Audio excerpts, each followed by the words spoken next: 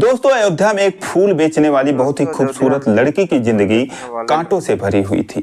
40 kilometre दूर से वो रोज फूलों का गट्ठर लेकर बसों के धक्के खाते हुए सुबह सुबह अयोध्या पहुंचती है और लोगों के पीछे भाग भाग कर फूल बेचा करती थी और उसके बाद शाम को फिर बसों के धक्के खाते हुए अपने घर पहुंचती है और इस तरीके से वो अपने परिवार के 7 लोगों का पेट पालती थी। दोस्तों, एक दिन वो सरयू नदी में स्नान करने वालों के पीछे अपने फूल लेकर दौड़ रही थी उनको बेचने के लिए।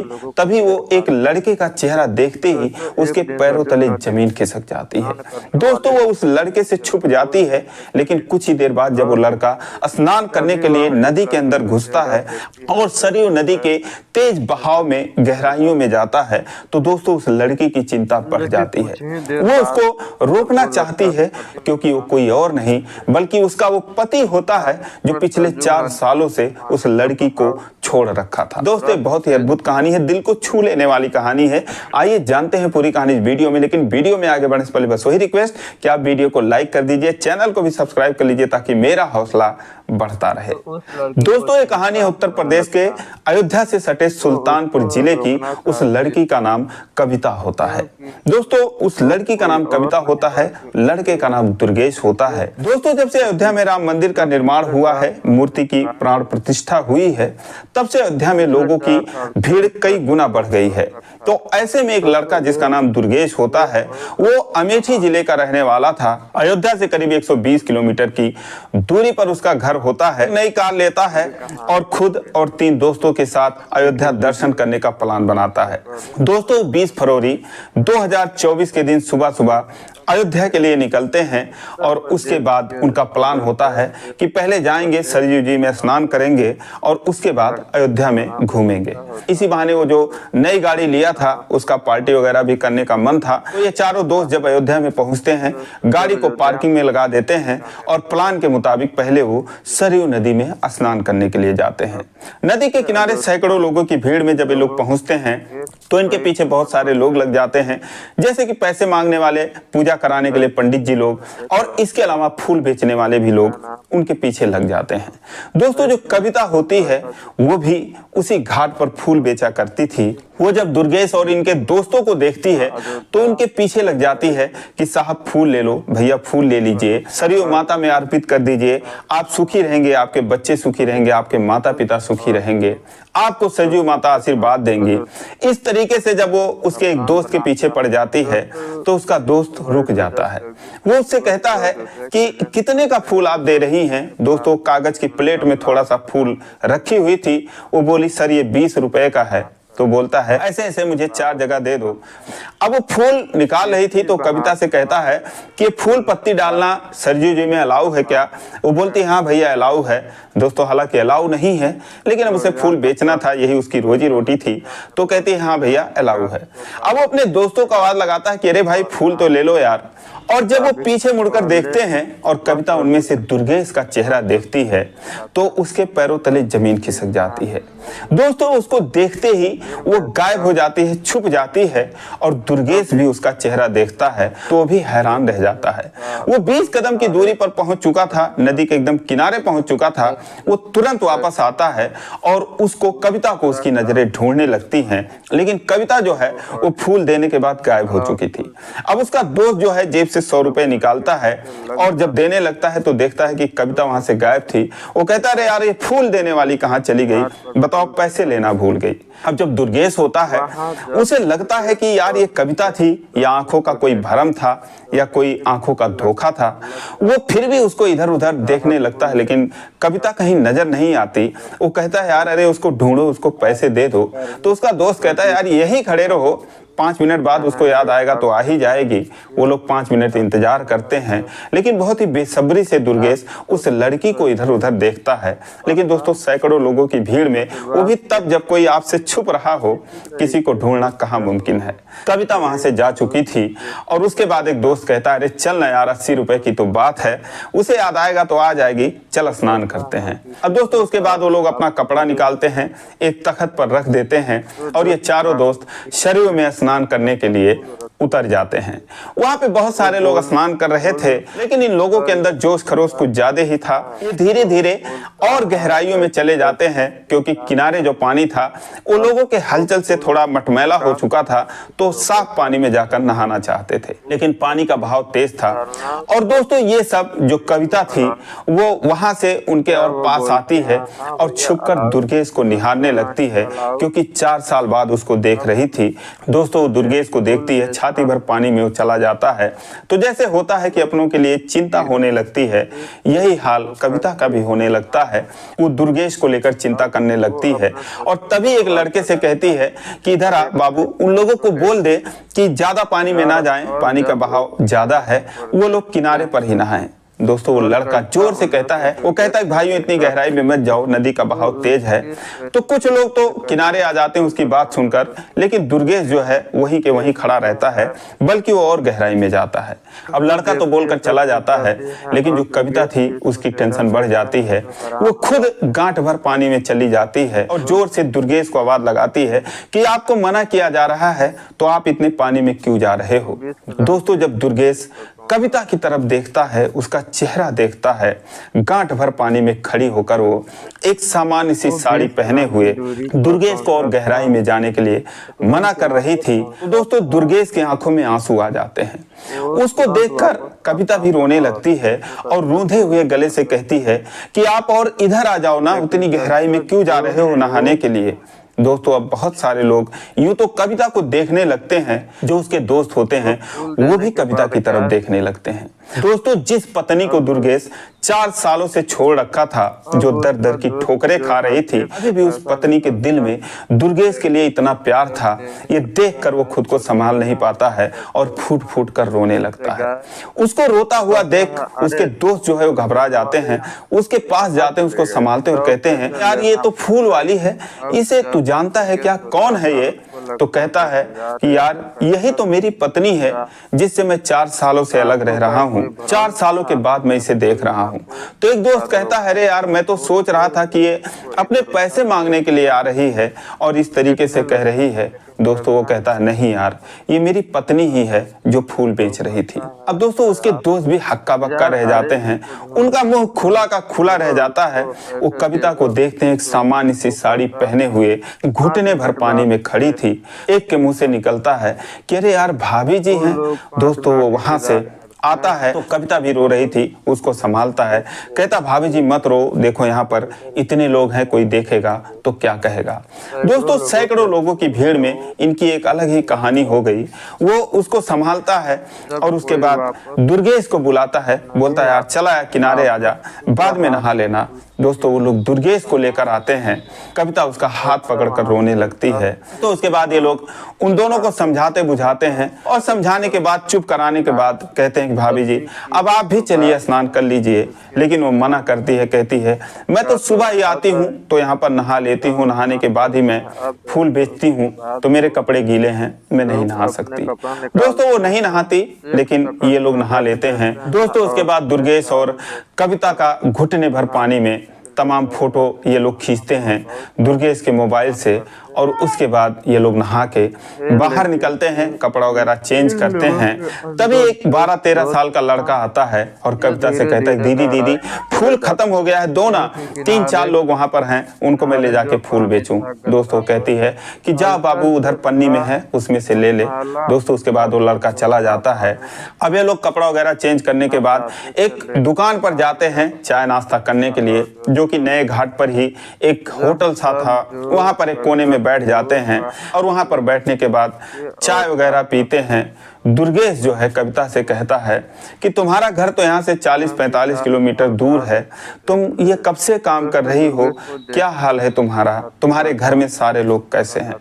उसके बाद दोस्तों जो कविता कहानी सुनाती है उसको सुनने के बाद सभी की आंखें नम हो जाती हैं। दोस्तों फरवरी 2019 में दुर्गेश और कविता की शादी हुई थी, लेकिन शादी वाले दिन ही दोनों पक्षों में बारातियों और घरातियों में मारपीट हो जाता है। मारपीट इतना भयंकर होता है, डीजे पर डांस को लेकर शुरू हुआ मामूली सा झगड़ा धीरे धीरे एकदम विकराल रूप ले लेता है। दोनों पक्षों को चोटें लगती हैं, कविता के घर वालों को, गांव वालों को, और दुर्गेश के घर वालों को और बारातियों को। नौबत यहाँ तक आ जाती है कि शादी किए बिना ही बारात लौटने वाली थी, लेकिन जब कुछ समझदार लोग बीच में पड़ते हैं तो किसी तरीके से शादी होती है। लेकिन शादी के बाद जब कविता अपने ससुराल जाती है तो दुर्गेश के घर पे उसको वो मान सम्मान नहीं मिलता जिसकी वो हकदार थी। शादी के अगले ही दिन से उसकी माता, उसके पिताजी, उसकी बहनें उसको ताने देना शुरू करती हैं। तरह तरह के इल्जाम जो है उसके घर वालों पर लगाने लगते हैं। एक हिसाब से उस गांव का बदला कविता से ये लोग लेने लगते हैं, जिसको सुनते सुनते कविता तंग आ जाती है, लेकिन किसी तरीके से उस घर में रहती है क्योंकि जो दुर्गेश था वो कविता से प्यार करता था और इसीलिए वो वहां पर अपने ससुराल में 6 महीने तक सबकी बातें सुनती रही, सब कुछ बर्दाश्त करती रही। दुर्गेश की मेडिकल स्टोर की दुकान थी, अच्छी खासी चलती थी, बहुत सारे पैसे थे, एक हिसाब से वो लोग अमीर थे। और कविता के पिताजी मुंबई में दिहाड़ी मजदूरी का काम करते थे। कविता बहुत खूबसूरत थी, इसीलिए इन दोनों की शादी हुई थी, लेकिन वो गरीब थी तो इसीलिए उसे 2 के बजाय 10 बातें सुनाई जाती थी। अब दोस्तों 6 महीने बीत गए। इस बीच में 1-2 बार कविता अपने मायके गई, ससुराल आई, लेकिन 6 महीने के बाद जब वो अपने मायके जाती है तो उसको फिर कोई पूछने वाला नहीं, उसको कोई लेने ही नहीं गया। दुर्गेश को भी मना कर दिया गया कि अब वो लड़की इस घर में नहीं आएगी, तुम्हारी शादी होगी। संदेशा भिजवा दिया कि भाई तुम अपनी लड़की का देख लो, हम अपने लड़के का देख लेते हैं, अब ये रिश्ता नहीं चलने वाला। अब दोस्तों 6 महीने बाद उसके पिताजी भी, जो कि मुंबई में काम करते थे, वही एक इकलौते उस परिवार के पालन करता थे, उनकी जो है एक्सीडेंट से मौत हो जाती है और इस वजह से पूरा परिवार समझो अनाथ हो जाता है। उस परिवार में अब उसके दादा दादी, उसकी माता, उसकी बहन जो कि 18 साल की थी और जिस समय उसकी शादी हुई थी कविता की वो 21 साल की थी, और उसके 2 भाई, एक 12-13 साल का और एक 8 साल का, कुल मिला के 7 लोग थे। लेकिन उसकी पिता की मौत के बाद दोस्तों कोरोना काल भी आ जाता है। इन लोगों की हालत बहुत बुरी हो जाती है, इतनी बदतर स्थिति हो जाती है कि इन लोगों के जीने खाने तक के लाले पड़ जाते हैं। सरकार राशन देती थी, लेकिन उस राशन के अलावा भी बहुत सारे खर्चे थे। दोस्तों बहुत ही जबरदस्त गरीबी आ गई। कविता क्या करती, उस घर की सबसे बड़ी वही लड़की थी। दोस्तों वो दिन रात चिंता में रहने लगती है कि अपने परिवार का कैसे पेट पालें। उसकी माँ को कभी कभी मजदूरी मिल जाती थी, लेकिन उससे गुजारा करना नामुमकिन था। और इधर जो उसके ससुराल में जिसका पति होता है, जो दुर्गेश होता है, वो एक और मेडिकल स्टोर खोल लेता है, क्योंकि उसने भी मेडिकल की पढ़ाई कर रखी थी। मेडिकल स्टोर खोल लेता है, उसका भी मेडिकल स्टोर अच्छा खासा चलने लगता है। एक उसके पिताजी चलाते थे, एक वो चलाने लगता है। तो उन लोगों का तो ठाठ था, किसी चीज की कोई टेंशन नहीं थी। लेकिन इधर जो है कविता की हालत खराब हो जाती है। अब दोस्तों 2022 आ जाता है, आखिरी महीना चल रहा था, तभी जो है कविता के घर पर एक व्यक्ति ऐसे ही चला जाता है जो कि अयोध्या से घूमकर गया हुआ था। तो कविता ने अपने नल पर बहुत सारे फूल लगा रखे थे, वो सारे खिले हुए थे। दोस्तों वो व्यक्ति उन फूलों को देखकर कहता है कि अरे यार, अयोध्या में इतने महंगे फूल हैं कि अगर इतने ही फूल वहां पर ले जाकर बेच दो तो कम से कम 5000 रुपए मिलेंगे। अब दोस्तों वो कहकर तो चला गया, लेकिन कविता के दिल में ये बात बैठ गई। वो अगले दिन सुबह सुबह सारे फूल तोड़ लेती है और अपने एक छोटे भाई को, जो कि उस समय 10-11 साल का हो चुका था, उसको लिवाकर अयोध्या चली जाती है सरकारी बस पकड़ के, और वहां पर जाती है घाट पर। दोस्तों लेट हो चुका था, लेकिन फिर भी जो 10-15 किलो फूल थे उसको उसने 2000 रुपए में बेचा। शाम को आई तो बड़ी खुश हुई, और उसके बाद लेकिन जो घर पे जो फूल थे वो सारे खत्म हो चुके थे। उसने पता लगाया कि फूल कहाँ पे मिलता है। तो दोस्तों उसका एक भाई था जो उसकी उम्र 15-16 साल की हो चुकी थी, वो गया मंडी में पता लगाने कि फूल कहाँ मिलता है। दोस्तों उसके बाद रोज वो 20 किलो 25 किलो फूल खरीद के लाता, और इधर जो कविता थी उसका छोटा भाई था, ये लोग उन फूलों को बस पर लादते और उसके बाद सुल्तानपुर से जाकर अयोध्या में बेचते थे। तो 1 साल से ये लोग यही काम कर रहे थे। जब राम मंदिर का निर्माण हुआ उसके बाद से और लोग आने लगे तो इनके फूलों की और खपत बढ़ गई, 10 किलो और फूल बेचने लगे। दोस्तों ये लोग 1500-2000 रुपए का फूल जो खरीदते थे वो अयोध्या में ले जाकर भाई बहन 3000 3,500 रुपए में बेच देते थे और सब कुछ काट कर 1000 रुपए रोज का बच जाता था। लेकिन इसके लिए लोग सुबह 5 बजे उठते थे और शाम को घर पे 6-7 बजे पहुंचते थे, लेकिन फिर भी जो है इन परिवार का पेट पलने लगता है। दोस्तों यही सब करके उस परिवार का गुजारा हो रहा था। कविता बहुत ही खूबसूरत थी, तो जमाने की नजरों से बचने के लिए वो खुद को बहुत सामान्य दिखाती थी, नॉर्मल सी साड़ी पहनती थी। 25 साल की उम्र में वो खुद को 45 साल की तरह रखती थी और अपने भाई को भी अपने साथ में रखती थी ताकि उसे कोई कुछ कह ना पाए, ताकि रास्ते में भी उसको कोई परेशान ना करे। और रोज की तरह उस दिन भी वो नदी पर फूल ही बेच रही थी जब दुर्गेश को वो देखती है और दुर्गेश उसको देखता है। दोस्तों अपनी कहानी बताने के बाद कविता रोने लगती है, दुर्गेश भी रोने लगता है, सारे लोगों की आंखें नम हो जाती हैं। उसके दोस्त बोलते हैं दुर्गेश से कि बता यार, इसमें तू बता भाभी जी की कहाँ गलती है, इनसे कौन सी गलती हो गई जो इस तरीके से तुम लोगों ने इनको दर दर की ठोकरें खाने पर मजबूर कर दिए, तुम लोग इनको छोड़ दिए, क्या गलती है इनकी, तू बता। तू तो पढ़ा लिखा आदमी है, अपने माँ बाप को बोलना चाहिए था, अपने बहनों को डांटना चाहिए था, लेकिन तूने इतनी अच्छी लड़की को इस तरीके से छोड़ रखा है। वो लोग कहते हैं कि अब जो है आज से तू संभल जा, अब जो है भाभी जी को लेकर अपने घर चल। दोस्तों जो सारे दोस्त थे उसके, कोई एमआर था, कोई मेडिकल का होलसेलर था, तो इस तरीके से वो भी अच्छे अच्छे लोग थे, लेकिन कविता जाने से मना कर देती है। वो बोलती है अपने परिवार का मैं ही पेट पालती हूँ, मैं ही पेट भरती हूँ, मेरे जाने के बाद मेरा परिवार कैसे जिएगा, मुझे अपनी बहन की शादी भी करनी है इस साल, तो अब मेरे परिवार का क्या होगा, मैं नहीं जा सकती। लेकिन जो उसके दोस्त थे उन्होंने कहा आप अपने परिवार की आप टेंशन मत लो, आपका जो भाई है 16-17 साल का हो चुका था बड़ा वाला, उसको हम अपने पास रखेंगे, कोई दिक्कत नहीं है। अब आप भाभी जी इतना टेंशन मत लो, अब आप इतना मत सोचो, आपने बहुत मेहनत कर लिया, इतना तो कोई कर ही नहीं पाएगा। दोस्तों उसके बाद वो लोग और उस दिन अयोध्या रुक जाते हैं और दुर्गेश और उसका एक दोस्त कविता और कविता का भाई जो वहां पर था, ये चारों लोग जाते हैं सुल्तानपुर। कविता के घर पे जब उसके घर वाले देखते हैं दामाद जी को, हैरान रह जाते हैं, लेकिन वहां पर सारी बात पता चलती है कि ऐसी ऐसी बात है, लोग ऐसे ऐसे इन लोगों की मुलाकात हुई है। दोस्तों उसके बाद एक तरह से वहां से नॉर्मल सी उसकी विदाई होती है।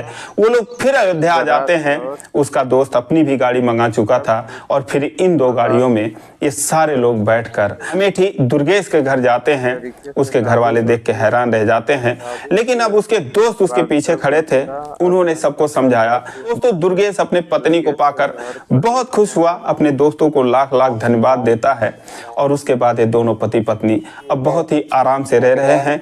मैं ऊपर वाले से दुआ करूंगा कि इनके जीवन में अब कोई परेशानी ना आए। तो दोस्तों ये रही कहानी, आप भी कमेंट करके अपनी राय दीजिए और ये कहानी जरा भी अच्छी लगी हो तो वीडियो को लाइक नहीं किया है तो लाइक कर दीजिए, चैनल को सब्सक्राइब कर दीजिए। फिर मिलेंगे अगले वीडियो में, तब तक के लिए जय हिंद।